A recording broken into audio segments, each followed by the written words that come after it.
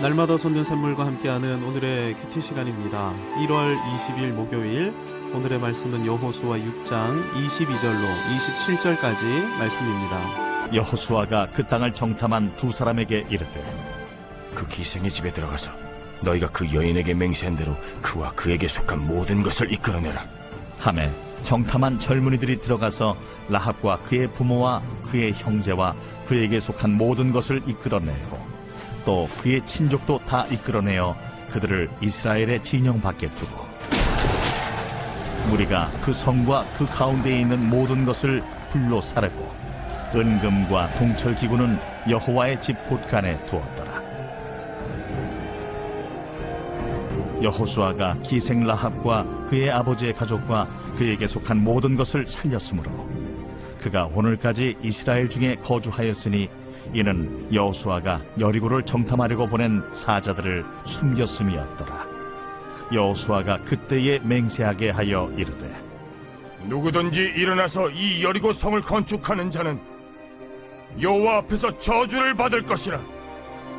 그 기초를 쌓을 때 그의 맏아들을 잃을 것이요 그 문을 세울 때 그의 막내 아들을 잃으리라. 여호와께서 여호수아와 함께 하시니 여호수아의 소문이 그 온 땅에 퍼지니라.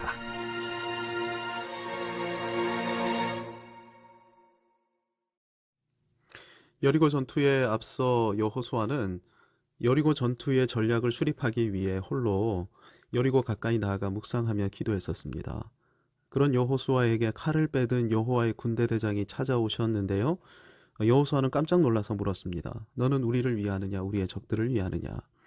용사 한 명이 칼을 들고 다가오니 신원을 확인해야만 했습니다.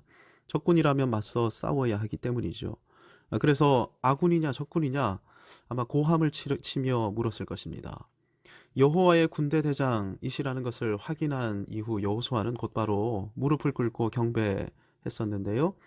그런데 이분이 여호수아의 경배를 물리치지 않으셨습니다. 이 행동은 스스로가 경배받기 합당하신 분이라는 의사표시였었습니다. 경배받기 합당하신 분은 여호와 하나님 한 분밖에 없으시죠. 여호와의 군대 대장은 하나님이셨던 것입니다. 그런데 이분이 칼을 든 사람의 모습으로 나타나셨습니다. 하나님이시면서 사람이신 분, 예수 그리스도 한 분밖에 없으시죠. 그래서 학자들은 이 군대 대장을 가리켜 구약 시대에 현현하신 예수 그리스도라고 입을 모으는 것입니다. 군대 대장은 하나님이신 예수님이십니다. 여호수아가 하나님이신 예수님을 향해 아군이냐 적군이냐 이렇게 물었었습니다. 하나님은 누구 편이십니까? 내 편이시고 예수님도 우리 편 아니십니까? 그런데 여호수아 5장 14절을 보면 군대 대장은 예기치 못한 답을 하십니다. 그가 이르되 아니라. 아군이냐 적군이냐 이렇게 물었는데 아니라. 뭐가 아닙니까? 아군도 아니고 적군도 아니라는 말입니다. 히브리어로 로키라고 기록되어 있는데 이걸 NIV가 잘 번역했습니다. neither, 둘 다 아니다. IBP 성경주석은 로키를 다음과 같이 해석했습니다. 그는 자신이 이스라엘 편도 아니고 대적들 편도 아니라고 여호수아에게 말한다. 하나님이신 예수님께서 나는 너희 편도 아니고 여리고 편도 아니다 이렇게 말씀하고 계십니다. 그러면 예수님은 누구 편이십니까? 예수님 자신 편이신 것이죠. 예수님은 예수님 편이 되어 예수님 뒤를 따르는 사람들의 편이신 것입니다. 군대 대장은 여호수아를 향해 이렇게 선포하고 계십니다. 나는 내 편이다. 그래서 나는 내 편이 되기로 결단해서 내 뒤를 따르는 사람이 있다면 그가 이스라엘 사람이건 가나안 사람이건 상관하지 않고 그들의 편이 돼 줄 것이다. 이 말씀을 하시는 군대 대장은 칼을 빼든 위험 있는 모습, 무서운 모습으로 서 계십니다. 칼을 휘두를 만반의 준비를 한 용사의 모습으로 서 계시는 것이죠. 누구 앞에서요? 여호수아 앞에서. 왜 이렇게 하고 계십니까? 당장 칼을 휘두르셔야 하기 때문입니다. 군대 대장의 뒤를 따르지 않는 모든 사람들을 향해서 말입니다. 군대 대장 앞에서 신을 벗고 군대 대장의 뒤를 따르면 그는 군대대장이 주시는 승리를 누릴 수 있게 됩니다. 그래서 먼저 신을 벗어야 하는 것입니다. 신을 벗는 것의 의미가 룻기 4장 7절에 잘 기록되어 있습니다. 옛날부터 이스라엘에는 유산을 물려받을 권리를 다른 사람에게 넘겨줄 경우 그 권리를 넘겨주는 자가 상대방에게 신 한 짝을 벗어주어 그 일에 대한 증거물로 삼는 관습이 있었다. 현대인의 성경으로 읽었는데요. 신을 벗는 것은 권리를 이양한다는 확증의 증거였습니다. 그러니까 여리고 전투, 가나안 전쟁, 그래서 얻게 될 가나안 땅에 관한 모든 권리를 신을 벗는 것을 통해 군대대장에게 넘긴 것이죠. 군대대장께 신을 벗으면 군대대장은 다시 그 신을 신겨주십니다. 그러면서 말씀하시죠. 이제부터는 내 편이 되어 내 뒤를 따르거라. 나만을 따르거라. 이 말씀에 순종해서 군대대장 뒤를 따르는 사람이 있다면 군대대장은 그가 누구이건 그의 편이 되어주시는 것입니다. 그리고 그에게 승리를 허락해 주시는 것이죠. 하지만 신을 벗지 않고 군대대장을 맞서게 되면 군대대장의 칼날은 그를 향하게 될 것입니다. 그래서 아간과 아간의 가족이 여리고 백성들처럼 진멸당하게 되었던 것입니다. 그런데 라합과 라합의 가족은 구원을 받았습니다. 이유가 무엇입니까? 그들은 군대대장 앞에서 신을 벗었고 군대대장의 뒤를 따랐기 때문입니다. 칼을 들고 계시는 군대대장의 모습, 이것이 여리고 전투의 전략이었습니다. 법궤는 여호와의 보좌이죠. 법궤 위에 여호와이신 군대대장이 좌정해 계십니다. 법궤 앞에는 무장한 르우벤, 갓, 므낫세 반지파의 용사들이 칼을 들고 서 있습니다. 이 진용은 군대대장이 칼을 들고 계시는 모습을 형상화한 것입니다. 나머지 온 이스라엘은 법궤 뒤를 따릅니다. 군대대장의 뒤를 따르는 것이죠. 이스라엘이 모두 신을 벗고 군대대장의 뒤를 따랐던 것입니다. 라합과 라합의 가족이 얼마나 철저하게 신을 벗고 있었는지 22절, 23절 말씀을 통해 확인할 수 있습니다. 그들은 정탐꾼의 약속을 굳게 붙들고 라합의 집 안에서만 머물러 있었습니다. 당시 여리고 왕은 이스라엘과 싸우기 위해 비상계엄을 선포하고 전군 소집령을 발동했을 것입니다. 지금도 계엄이 선포되면 헌법상의 모든 자유가 제한됩니다. 당시 여리고는 왕정 국가였는데요. 왕이 선포한 소집령에 응하지 않으면 죽음을 면키 어려운 것이 당시 여리고의 형편이었습니다. 하지만 라합과 라합 일가는 발에서 신을 벗었죠. 군대대장 예수 그리스도의 왕권만을 굳게 신뢰했고 그래서 여리고 왕의 소집령에 응하지 않았습니다.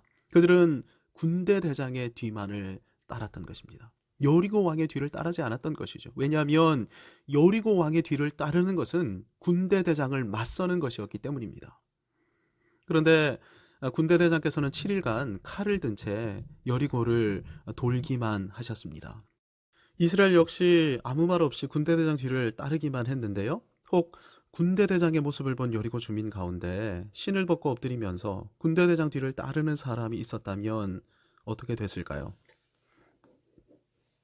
그 사람 역시 라합 일가처럼 구원받게 되었을 것입니다. 주님은 마지막 심판의 시간까지 인내하실 뿐 아니라 돌이킬 기회를 주시는 자비가 충만하신 분이신 것이죠. 7일간이나 주님 뒤를 따랐던 이스라엘은 이렇게 오래 참으시는 주님의 마음을 7일간 돌면서 배웠을 것입니다. 주님은 주님 뒤를 따르는 저와 여러분이 오래 참으시는 주님의 긍휼과 자비의 마음을 이스라엘처럼 배우기를 원하고 계십니다. 주님은 이미 400년이 넘게 가나안의 죄악을 참아 오셨습니다.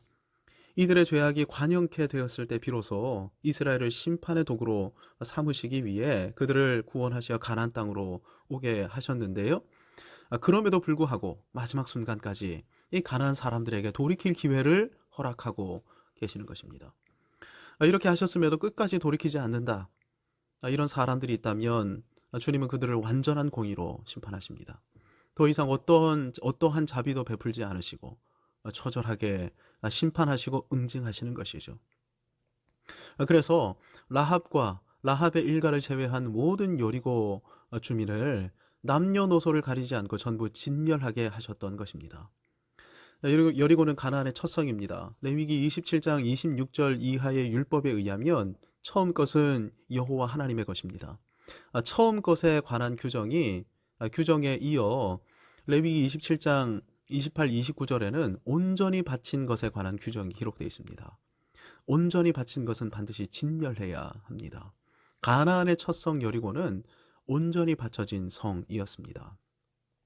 이 규정에 의해 34절 말씀이 적용이 됩니다.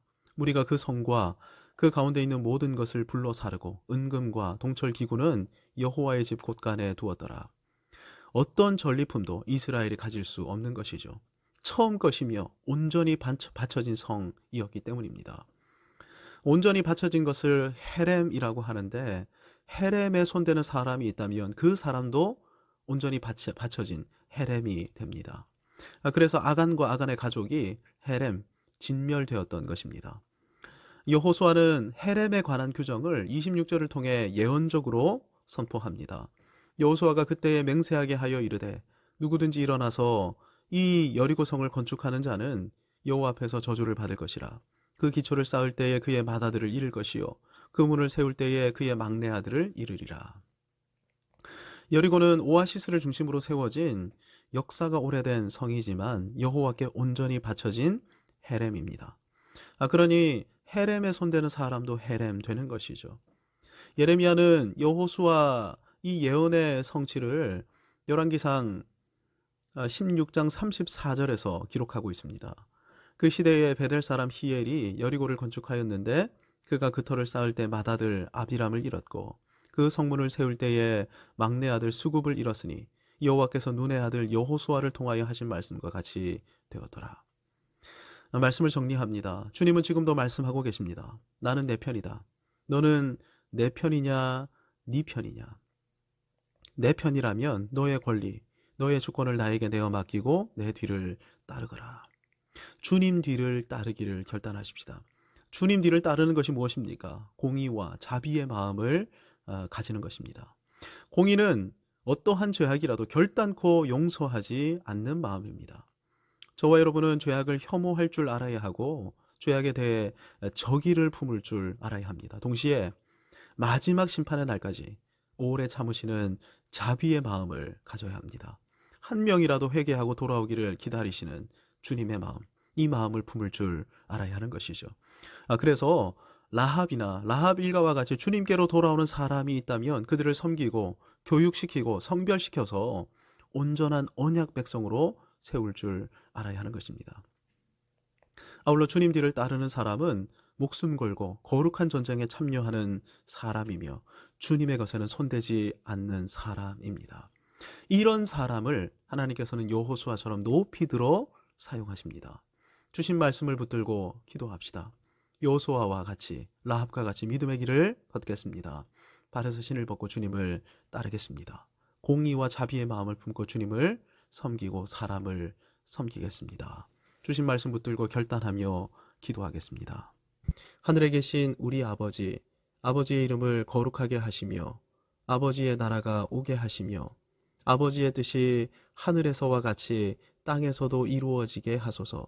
오늘 우리에게 일용할 양식을 주시고 우리가 우리에게 잘못한 사람을 용서하여 준 것 같이 우리 죄를 용서하여 주시고 우리를 시험에 빠지지 않게 하시고 악에서 구하소서. 나라와 권능과 영광이 영원히 아버지의 것입니다. 아멘.